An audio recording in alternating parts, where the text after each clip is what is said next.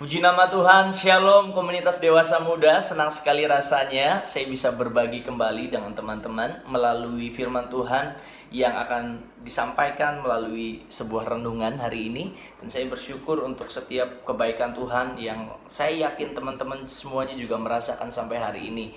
Memasuki new normal, kita akan mengalami banyak sekali kebaikan dan kemurahan Tuhan yang mungkin dulu nggak pernah kita rasain. Oke, hari ini kita akan bersama-sama belajar tentang esensi doa. Semangat banget saya waktu dikasih kesempatan, lalu saya kepikiran untuk membagikan ini karena terus terang ini jadi perenungan saya hari-hari ini gitu ya. Kenapa doa? Kenapa Tuhan tuntun saya untuk terus merenungkan tentang doa? Ternyata hari-hari ini kita sebagai anak-anak Tuhan sering sekali datang kepada Tuhan hanya karena kita memiliki keinginan, memiliki permintaan, memiliki kebutuhan yang menurut kita mendesak padahal belum tentu gitu ya.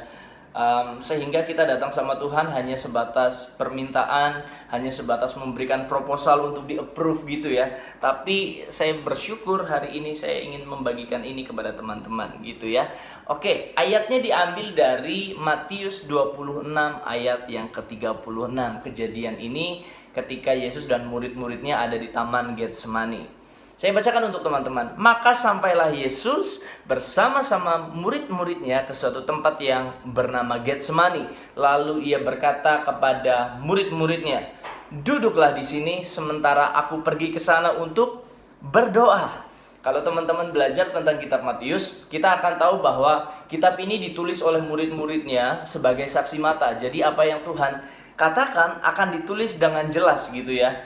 Di sini Tuhan katakan, "Duduklah di sini sementara aku pergi ke sana untuk berdoa." Ada sebuah penekanan yang Tuhan beritahukan kepada setiap kita bahwa ia memisahkan diri, ia akan pergi ke sana untuk berdoa gitu ya. Tuhan mention kata berdoa, sebegitu pentingnya berdoa untuk Yesus. Kalau kita pikirin dari awal gitu ya, untuk apa sih Yesus berdoa? Kan seharusnya kita yang berdoa ya. Kita punya keinginan, kita punya banyak hal yang sepertinya belum terpenuhi, lalu kita berdoa gitu ya.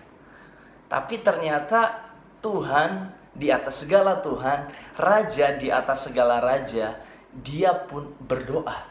Untuk apa sih? Padahal Tuhan Maha tahu, padahal Tuhan Maha sanggup memenuhi semua kebutuhannya. Semua yang ia mau bisa terjadi gitu ya. Tapi Tuhan ajarkan kita untuk berdoa.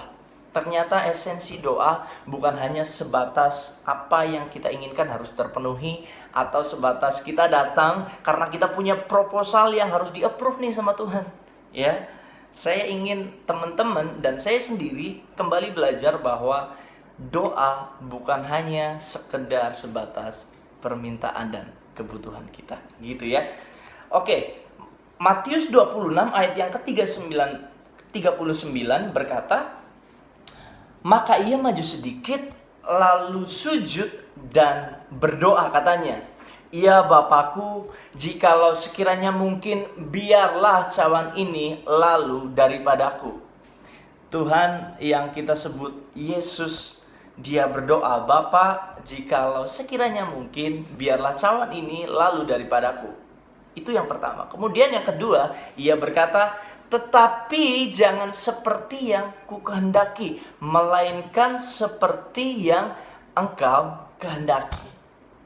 Nah, di sini saya mau bagikan sama teman-teman. Seringkali hubungan kita dengan Tuhan melalui kehidupan kita yang berdoa, seringkali kehilangan banyak momen yang sangat penting. Apa itu? Untuk tahu apa kehendak Tuhan dalam hidup kita.